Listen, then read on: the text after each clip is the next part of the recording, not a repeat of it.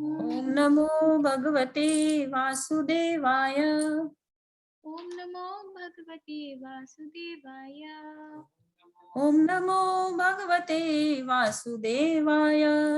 Narayanam Namaskritya Naram Chaiva Narottamam Devim Sarasatim Vyasam Tato Jayamudiraye Nashtaprayeshu Bhadreshu Nityam Bhagavata Sevaya Bhagavati Uttama Shloke Bhaktir Bhavati Naistiki Krishnaya Vasudevaya Devaki Nandanaya Cha Nanda Gopa Kumaraya Govindaya Namo Namaha Hare Krishna Krishna Krishna Hare Hare Hare Rama Rama Rama Hare Hare. So we're reading Srimad Bhagavatam 1.11, text 39. Tamme nire bala mudha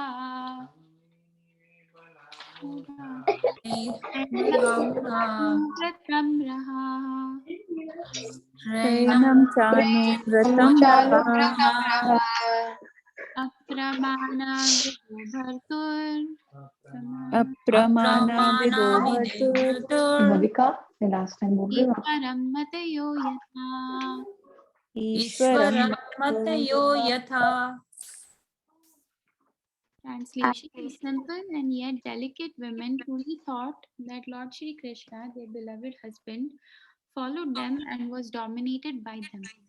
They were unaware of the extent of the glories of their husband, as the atheists are unaware of him as the supreme controller. Even the transcendental wives of Lord Shri Krishna did not know completely the unfathomable glories of the Lord. This ignorance is not mundane because there is some action of the internal potency of the Lord in the exchange of feelings between him and his eternal associates. The Lord exchanges transcendental relations in 5 ways as proprietor, master, friend, son, and lover. And in each of these pastimes, he plays fully by the potency of Yogamaya, the internal potency. He plays exactly like an equal friend with the cowherd boys or even with friends like Arjuna. He plays exactly like a son in the presence of Yashoda Mata. He plays exactly like a lover in the presence of the cowherd damsels. And he plays exactly like a husband in the presence of the queens of Dwarka. Such devotees of the Lord never think of the Lord as the supreme, but think of him exactly as a common friend, a pet son, or a lover or husband, very much dear to heart and soul.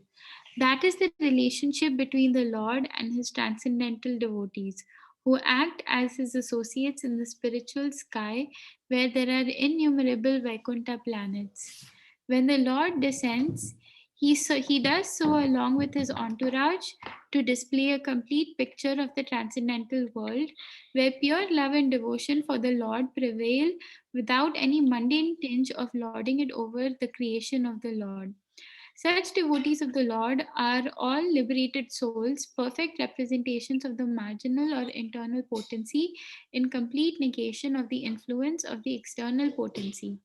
The wives of Lord Krishna were made to forget the immeasurable glories of the Lord by the internal potency so that there might not be any flaw of exchange. And they took it for granted that the Lord was a hen-pecked husband, always following them in lonely places. In other words, even the personal associates of the Lord do not know him perfectly well. So, what do the thesis writers or mental speculators know about the transcendental glories of the Lord? The mental speculators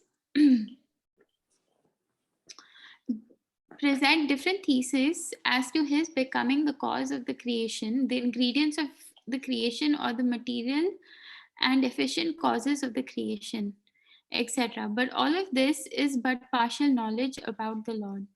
Factually, they are as ignorant as the common man. The Lord can be known by the mercy of the Lord only and by no other means. But since the dealing of the Lord with his wives are based on pure transcendental love and devotion, the wives are all on the transcendental plane without material contamination.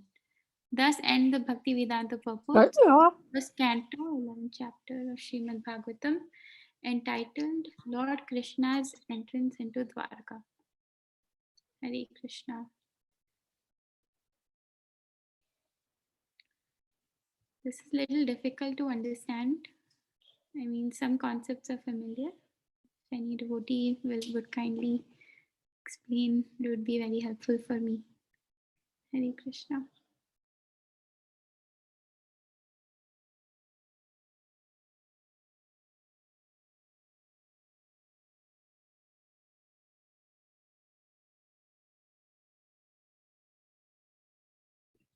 Hare Krishna.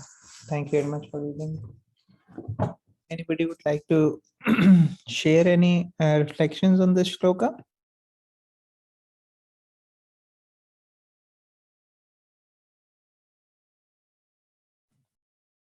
Hare Krishna. Yes, Prabhuji, please go ahead.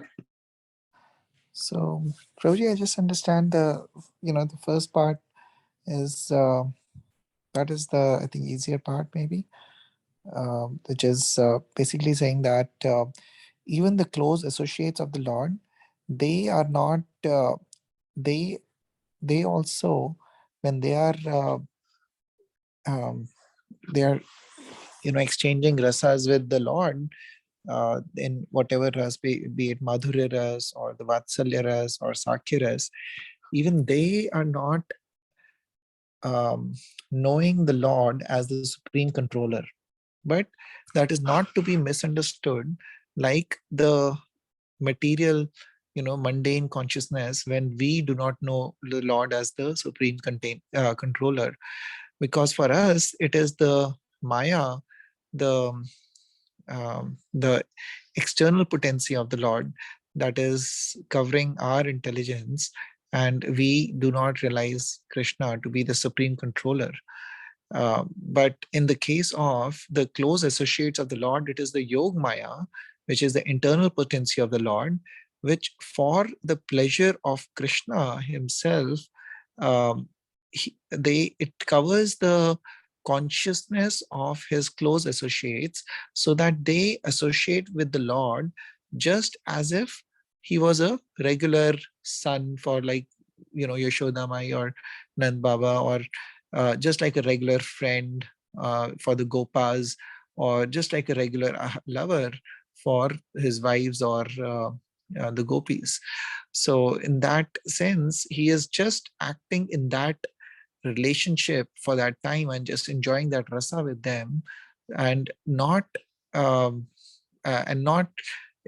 just having the bhav of supreme controller. Because then if Yogmaya would not cover their consciousness, then it is very difficult to exchange that pure love and the pure rasa in the perfect consciousness of the relation that is there between the devotee and the Lord. So that is why the Yog Maya is helping in the pastimes of the Lord by covering the consciousness of his close associates, so that they are not bewildered. They are bewildered, kind of, in that they don't know Krishna as the supreme controller for by the basically by the wish of Krishna himself, by acting via the Yog Maya. Hare Krishna. Thank you, Prabhuji. Thank you so much for sharing. And anybody else would like to add any points?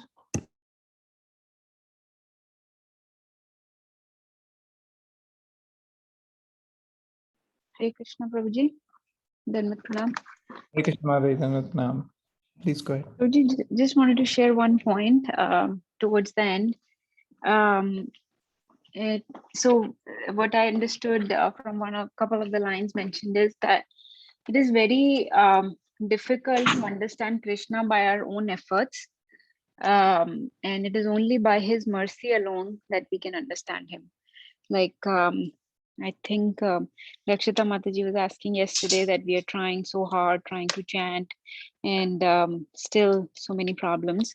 So, um, so we just have to keep attracting Krishna's mercy, because otherwise, that is why it's being said that mental speculators or people that do austerities or charities or penances cannot understand, because they are just relying on their own efforts to reach the Supreme. But one has to get the mercy of Krishna to be able to reach him.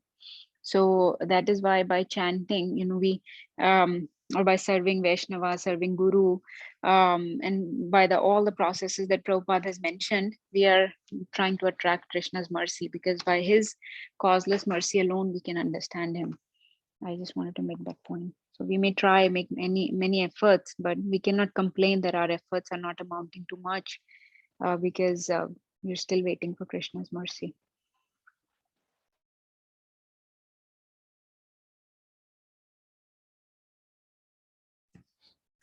Hare Krishna. Thank you, Mataji. Thank you for sharing.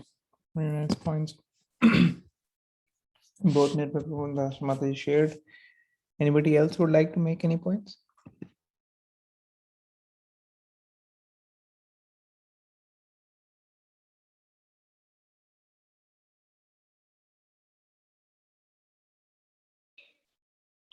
Hare Krishna. Thank you for sharing, Nirbhay Prabhu and Natasha Mataji. I actually have reflection. Thank you. Actually, it was very helpful, and I just had reflections. I was reminded of two stories based on what you shared. When Nirbhay Prabhu shared, I was actually thinking of, Mother Yashoda. She's also covered by the Yogmaya potency when taking care of Krishna during her exchanges with Krishna.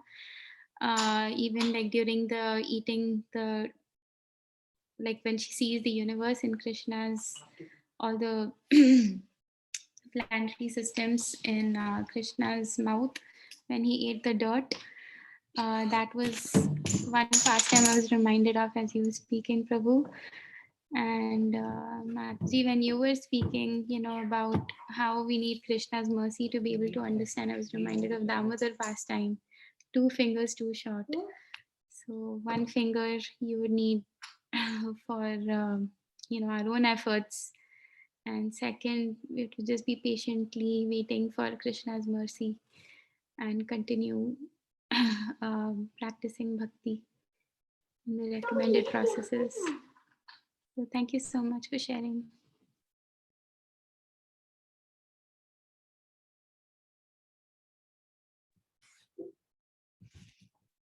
Hare Krishna. Am I audible? Yes, Prabhuji. Thank you. And thank you, Mataji, for sharing. Yes. So also, so there are two things we can see here. One, devotees already mentioned how the Yogmaya potency is covering, so the devotees, they are not aware of Krishna being the Supreme Lord. But also the other aspect is these devotees, they have already attained a lot of knowledge, love, attraction for the Lord. So they are at this level. But to come to the Lord, we do not need necessarily all the knowledge of this world. Like when Krishna says in the 7th chapter, Bhagavad Gita, that now I'll tell you something after which nothing else remains to be known. I'll tell you the whole knowledge, both Gyan and Vigyan. So then when he's saying Gyan and Vigyan, it doesn't mean he's going to tell in chemistry, hydrogen plus oxygen is water, or hydrogen, they collide and then energy is produced, helium is produced. He's not talking about all that Gyan Vigyan, but he's saying all the Gyan and Vigyan. What it means is the knowledge which is sufficient enough for us to go back to Godhead. This is sufficient knowledge. So similarly, the devotees here, they have the love for Krishna, so they have enough knowledge to surpass the level to know that Krishna is the Supreme Lord. They are much beyond that level. Somebody who just surpasses that level, that person will be like very much worshipping the Lord in awe and reverence. But because they are very, very beyond advanced stage, even in the spiritual sense, so for them, they are now able to relish that rasa with Krishna, in which Krishna, according to Krishna's will, the Yogmaya potency is making these devotees be under this cover where they are not sure if he is the Supreme Lord or Narayan is the Supreme Lord. They are thinking it's Narayan only. So the point is that Krishna gives us enough knowledge to be able to cross this material world and go back to Godhead. It's up to us now to be able to utilize it. And there is unlimited knowledge. Krishna says, right, my splendor is unlimited. 10th chapter we are reading, right? That what is the use of all this knowledge? By a fraction of my part, I am, I am holding the whole creation, something like that. Last shloka. So it means that Krishna's glories, Krishna's knowledge about Krishna is unending. And just like mundane people don't know Krishna, pure devotees also are not knowing Krishna, but it's not the same level. They are both under, like already devotees mentioned, they are both under Maya. One is under Yogmaya, one is under Mahamaya. Okay. Any further points anybody wants to bring up? Krishna Prabhuji, I had just one question. Yes, Martha, go ahead. What is difference between Maya and Mahamaya? Prabhuji? Yes, Yogmaya and Mahamaya. So who will explain this? We discussed this before, so one of the devotees will explain here. Who would like to go? Prabhuji, I can try. Yes, Natasha Mataji will explain. Thank you, Mataji. So, Mataji, Yog Maya is the internal potency or superior energy of Krishna, basically Antaranga Shakti. We also refer to as Radharani, right? So Yog Maya is what takes us towards Krishna. So when we are able to do bhakti or do any limbs of devotional service, any process of devotional service, it is by the mercy of Yog Maya that we are able to. So Yog Maya takes us towards Krishna. And Mahamaya is the inferior energy or external potency, Bahiranga Shakti of Krishna, which is inferior energy, which is basically this material creation. For example, our body is made of matter or inferior energy, right? So the jivas, which are part of superior energy, by mingling with material energy, which is inferior, get contaminated and get bound by the bodily identification and get entangled in this material creation. So does that make sense, Mataji? Mahamaya is what is bewildering us. It is what is keeping us here away from Krishna. It tests us many times and allures us by various sense gratification. It is what is keeping us away from Krishna. That is the service given to this inferior energy of Krishna. Yes, Mataji. Thank you so much. Hare Krishna. Prabhuji, please add, or anybody else. I'm not sure if I conveyed everything.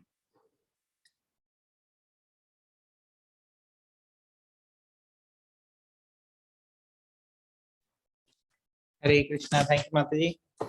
So, Mataji, I just missed a little bit towards the end, but I heard for the most part. I just want to share something.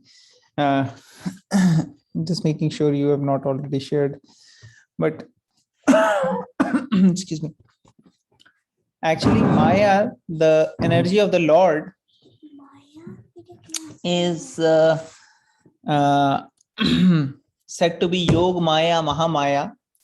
Actually, the Yog Maya and Mahamaya depends on the perception of the Jiva.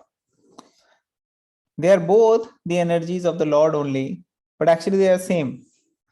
When it is being, when it is acting on the devotees, especially we are talking about pure devotees, it's Yog Maya. When acting on non-devotees or anyone other than pure devotees, they are in one way Mahamaya. Mahamaya takes away from Krishna and Yoga Maya connects to Krishna. And the example comes when Krishna was born. Mother Yashoda also had twins. One was Nandanandan Krishna and one was Yogamaya. So the very same Yogamaya actually when went to Mathura, Vasudev brought her to Mathura, she came in the hands of Kamsa. The same Yogamaya actually came out. And what did she appeared as? Durga Devi. Durga Devi, which is Mahamaya. So the same Yogamaya, when came in touch with Kamsa, she's Mahamaya. So it depends on the perceiver also. In Bhagavad Gita also this shloka is there, right? Yoga Maya Samavrita Mudho Yabhijanati. What is that shloka, Natasha Mataji?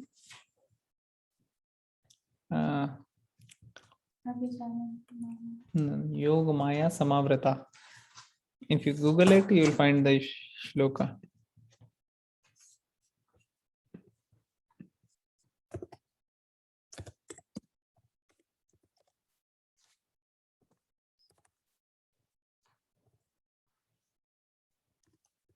Like this is the shloka. 7.25. Naham prakash sarvasya yogamaya samavृता मूढ़ो यानाभिजानाति लोकमामजमव्ययम्. So I am never manifest to the foolish and unintelligent. For them I am covered by my eternal creative potency, Yogamaya. See here the word Yogamaya is coming, but Yogamaya should not come, right? Mahamaya should come here. Because this is specifically Krishna is saying, I'm never manifest to the foolish and unintelligent. So for them I'm covered. But here word is Yogamaya. And so the deluded knows. So the energy is the same, but actually it depends on the perception of the receiver. So that I wanted to add to what Mataji said. So I hope it wasn't a repetition. Thank you, Prabhuji. Hare Krishna. Yes, thank you. Thank you, Natasha Mataji. Okay, so we'll go to the next chapter, 12th chapter. Anybody wants to make any other points? So we'll go to birth of Emperor Parikshit.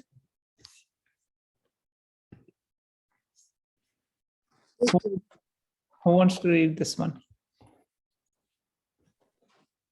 I can read. Yeah, go ahead, Malini.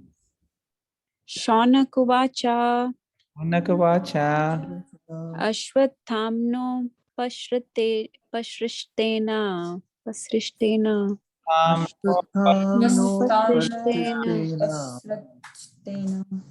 Brahma Shishano Tejasa Tejasa Uttaraya Hato Garbha Garbha Ishena Jivita Puna. Ishena Jivata. Translation and purport by His Divine Grace A.C. Bhaktivedanta Swami Prabhupada, Srila Prabhupada Ki Jai. The sage Shaunak said, the womb of Uttara, mother of Maharaj Parikshit, was spoiled by the dreadful and invincible Brahmastra weapon released by Ashwathama.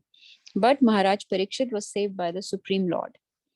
Purport: the sages assembled in the forest of Naimisharanya inquired from Sud Goswami about the birth of Maharaj Parikshit, but in the course of the narration, other topics like the release of the Brahmastra by the son of Drona, his punishment by Arjuna, Queen Kunti Devi's prayers, Pandava's visit to the place where Bhishma Deva was lying, his prayers, and thereafter the Lord's departure for Dwarka were discussed. His arrival at Dwarka and residing with the 16,000 queens, etc., were narrated. The sages were absorbed in hearing such descriptions, but now they wanted to turn to the original topic, and thus the inquiry was made by Shaunak Rishi. So the subject of the release of the Brahmastra weapon by Ashwathama is renewed. Hare Krishna.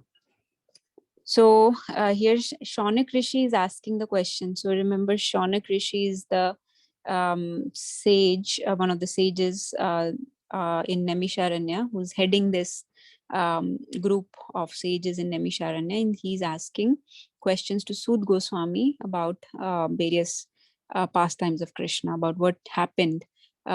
He's coming back after hearing the Bhagavatam, so they want to know what was going on, how all the pastimes after the end of Mahabharata.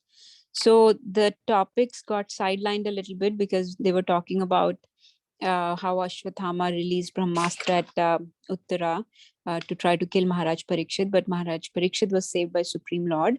And then many other topics were discussed after that, all the things that transpired after Maharaj Parikshit was saved, and now the departure of Krishna from Hastinapur and back to Dwarka, all that was also discussed.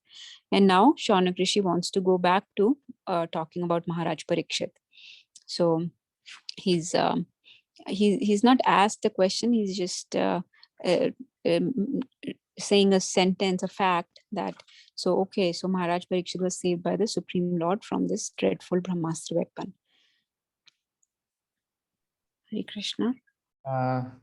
So many chapters were discussed about Krishna. Just topics got sidelined. Okay. So we'll go to the next shloka. Yes, Prabhuji. So Maharaj. So Shaunak Rishi is continuing. Who would like to read this one? Okay, I'll read quickly. Tasya janma mahabudhe Tasya janma mahabudhe Ani cha mahatmana Karmani cha mahatmana mahatmana Nidhanam cha yathaivasit Nidhanam chaiva yase apritya gatavan yatha. Gatavan yatha. Translation. How was the great Emperor Parikshit, who was a highly intelligent and great devotee, born in that womb? How did his death take place, and what did he achieve after his death? So this is the end of his statement where the questions are coming. Purport. King Hastinapur, now Delhi, used to be the emperor of the world. The king of Hastinapur, now Delhi, used to be the emperor of the world, at least till the time of son of Emperor Parikshit. Maharaj Parikshit was saved by the Lord in the womb of his mother, so he could certainly be saved. Maharaj Parikshit was saved by the Lord in the womb of his mother, so he could certainly be saved from an untimely death due to the ill will of the son of Brahman. Because the age of Kali began to act just after the assumption of power of Maharaj Parikshit, the first sign of misgivings was exhibited in cursing of such a great, intelligent, and devoted king as Maharaj Parikshit. The king is the protector of the helpless citizens, and their welfare, peace, and prosperity depend on him. Unfortunately, by the instigation of the fallen age of Kali, an unfortunate Brahmana's son was employed to condemn the innocent Maharaj Parikshit, and so the king had to prepare himself for death within 7 days. So what was the name of the son of Brahman who cursed Maharaj Parikshit? Anybody remember? Rishi Shringi. Yes. 3 times Hari Bol for Nirbhay Prabhu. Hari Bol. Hari Bol, Hari Bol, Hari Bol. And his father's name? 3 times Hari Bol for Anand Kishori. Hari Bol, Hari Bol, Hari Bol. Prabhuji, what was the name? I'm sorry, I couldn't hear Anisha Mataji. The answer is Shamik Rishi. Shamik Rishi. Yes.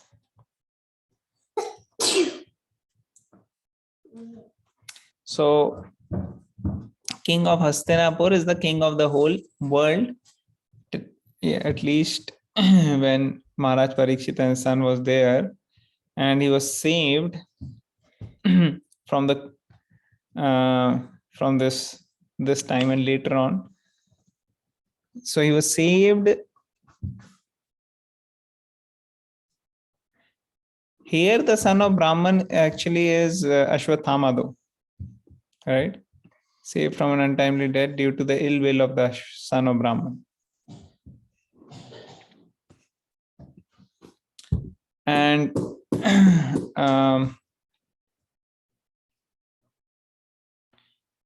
it is said that when Maharaj Parikshit was cursed, that is the time when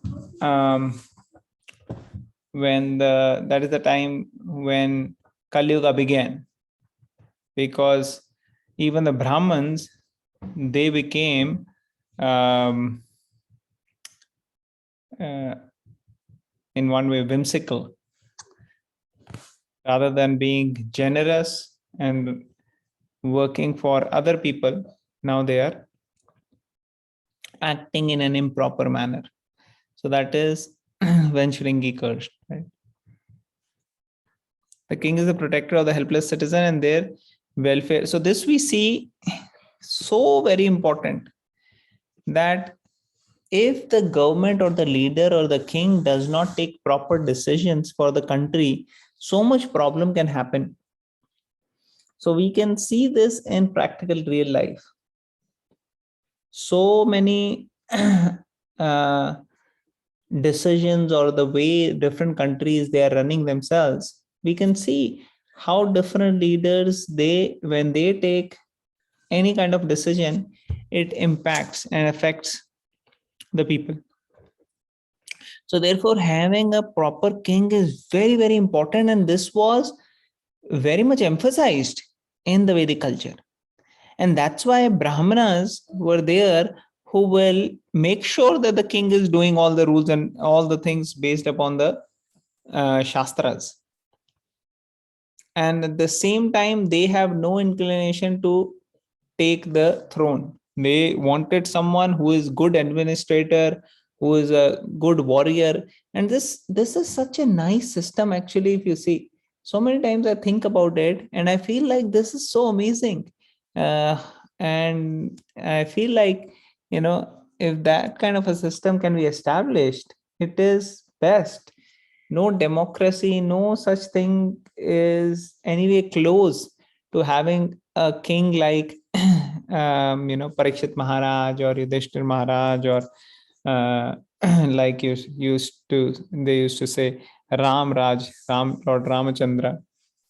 These great kings, under their reign, everybody loved them. So this is something very, very important. The king will take care of everything. He'll be a protector and helpful for the citizen. And then following this is mentioned, unfortunately, by the instigation of the fallen age, an unfortunate Brahman's curse employed the condemned innocent Maharaj Parikshit, and so the king had to prepare himself for death within the 7 days. Maharaj Parikshit is especially famous as one who is protected by Vishnu. And when he was unduly cursed by the Brahman's son, he could have invoked the mercy of the Lord to save him, but he did not want to, because he was a pure devotee. So he could have actually invoked the mercy here, they are saying, of the Lord. But he did not do. Why he did not do? Because he is a pure devotee. Yes. A pure devotee never asks for the Lord for any undue favor. So pure devotee, they will not ask.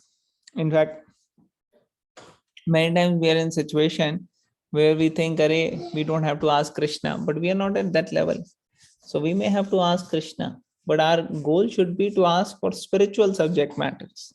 You should ask for our spiritual enlightenment, spiritual upliftment, spiritual elevation, and all the things which are needed to get there.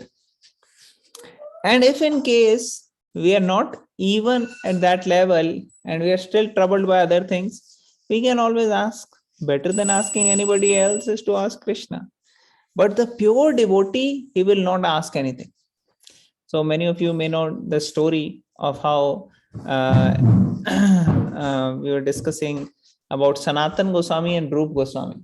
Can anybody tell the story where Sanatan Goswami, Rup Goswami, which a story in which Sanatan Goswami is telling to Rup Goswami that we cannot take favor from the Supreme Lord? Anybody? Yes. You want to tell the story, Mataji? No. Anybody wants to tell the story?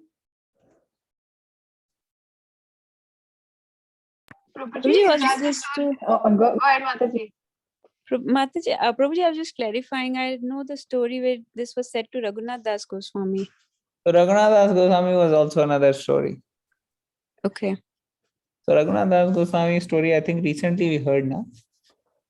Yes. What about Rup Goswami? I think we've not heard this story for a few days. So anyone would like to share? So when I tell you, you will remember then. So once upon a time, Rup Goswami was thinking, maybe I should prepare something, some prasadam for my brother. Thought came to his mind because Sanatan Goswami is elder brother and he used to respect and consider him very highly. So he wanted to do some service. He thought maybe he will prepare some kheer, some item, some prasad. But then he immediately thought, I am in the middle of a forest here, Vrindavan. Where will I get anything to prepare any feast?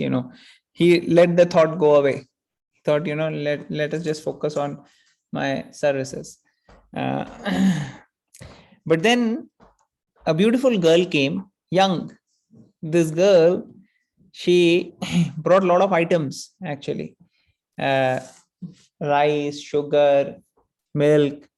And she said, we had some ceremony in our house and we are giving all these charity to the to the saints. So I brought it for you. So then he said, okay, it's Krishna's arrangement, we got this to I got this, so let me offer it to Krishna. So he made nice preparation, offered it to Krishna and invited his brother, Sanatan Goswami. Just what he was thinking. So then Sanatan Goswami came and he said, some prasadam for you.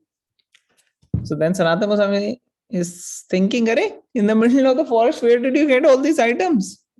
And then Rup Goswami started telling that how he got these items. A beautiful girl came. And they are Goswamis, sannyasis. But Rup Goswami started describing the beauty of the girl. That how she was a young girl, she was coming and how she was, in appearance. And when he described Sanatan Goswami, he knew everyone in Vrindavan. Sanatan Goswami practically knew everybody. He used to go talk to Brijvasis, and all the Brijvasis, they really loved Sanatan Goswami, felt he's our own, one of our family members. Everybody in Vrindavan used to think. So Sanatana Goswami knew everybody. So he immediately understood what the description which you have given me, there is nobody like that in the whole of Vrindavan. So then there is only one person whose description this is matching. She must be Radharani. She must be Radharani, and you have taken service from Srimati Radharani. He is very unhappy now that you have taken service from Srimati Radharani. Our goal is to serve Radha and Krishna, not to take service. And he's telling this, but the kheer is so delicious that he is eating the kheer along with it. He is keep eating. He cannot stop himself from eating because there's nectarian from the hands of Srimati Radharani got. So now he is telling. So this is the mood of our acharyas. And of course, Mataji already mentioned about Raghunath Das Goswami, who's doing so many austerities. So Mataji, you want to mention what Sanatana Goswami told to Raghunath Das Goswami also? And what happened? Just describe in brief last time. Yeah, Prabhuji, two things happened. One time was, Prabhuji, you can probably tell better. Well, one time, so basically Raghunath Das Goswami did not live in any proper hut or kutia or anything. He just lived outside, and he used to do his bhajan out in the open.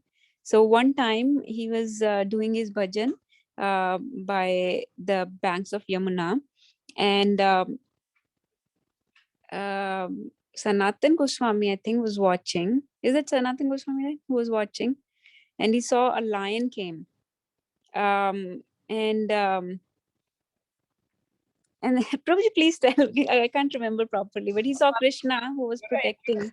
Yes, yes. Sanatana Goswami saw that a lion came and he was also drinking water nearby, and Raghunath Das Goswami was immersed in the bhajan. And then, yeah, go ahead. And he saw Krishna was standing nearby, and basically because of whom lion did not dare attack Raghunath Das Goswami. So he admonished Raghunath Das Goswami that you should not, that I told you many times to live in a shelter, do your bhajan in a safe place, not like this where Krishna has to come and do service for you. We are supposed to serve him, and now he's having to come and protect you from the wild animals. And then another time he was in the very hot summers of Vrindavan, he was doing his bhajan and sweating profusely as he was chanting. And Sanatan Goswami saw that Radharani was doing like pankha to him, fanning him with her shawl or with her dupatta. And he saw that, and he again was very upset at Raghunath Das Goswami that I told you before, and you still did not get a place to live. And this time, Radharani herself had to come and do your seva. Thank you. Is this right, Prabhuji? Yes. So, yes. So first time Krishna was protecting from the lion, and then Srimati Radharani was covering him, from the sun, from the intense heat of the sun. She was giving shed to Raghunath Das Goswami. So all this, then finally he had to make his bhajan kutir at the bank of Radha Kund. So those are, examples where he's saying a pure devotee never asks Lord for any undue favor. Maharaj Parikshit knew the curse of the Brahmana's son upon him was unjustified, as everyone else knew, but he did not want to counteract it because he knew also that the age of Kali had begun, and that the first of the age, namely degradation of the highly talented Brahmanic community, has also begun. He did not want to interfere with the current of the time, but he prepared himself to meet death very cheerfully and very properly. Being fortunate, he got at least 7 days to prepare himself to meet death, and so he properly utilized the time in association of Sukadeva Goswami, the great saint and devotee of the Lord. So many times it is said, Prabhupada is writing, being fortunate, he got at least 7 days to prepare himself, which means that people may think, how is fortunate? 7 days later, he's going to die. Yes, that's true. But it's fortunate that he got to know 7 days in advance. Most people, most of us may not even get to know 7 minutes in advance that this may happen. So therefore, 7 days in advance is something which is not looking like the best thing. But he got 7 days and he utilized them, perfected his life. While most people, they are so busy. Even when people are in the hospital on the deathbed, still they're not in the consciousness to be able to understand that death is sitting just right next to us. And that is the problem. What to say of people who are healthy and suddenly one accident and gone? Don't even know. So much common road traffic accident these days. So this is something which Srila Prabhupada has, explained to us, that how fortunate somebody could be who gets to know. And all the devotees that way are fortunate, because at least devotees are seeing from this perspective. If you go to materialist people, they say, Don't talk about death. Why are you talking about death? They want to just cover themselves. But the devotees, they are realist. They are not, they are the most optimist, but at the same time, they are realist who are talking death and being prepared for death. So how to live and how to die, devotees know both. Some people talk about art of living, how to live, but what about the art of dying? That is something which not many people can be prepared. A song, right? There's a Hindi song like this. हंसता हुआ जो जाएगा, right?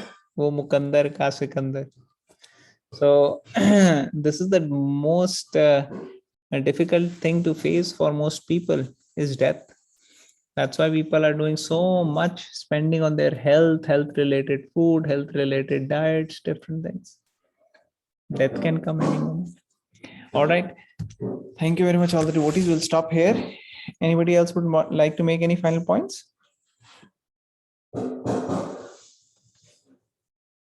Okay, so we'll conclude here. Srimad Bhagavatam ki jai. Srila Prabhupada ki jai.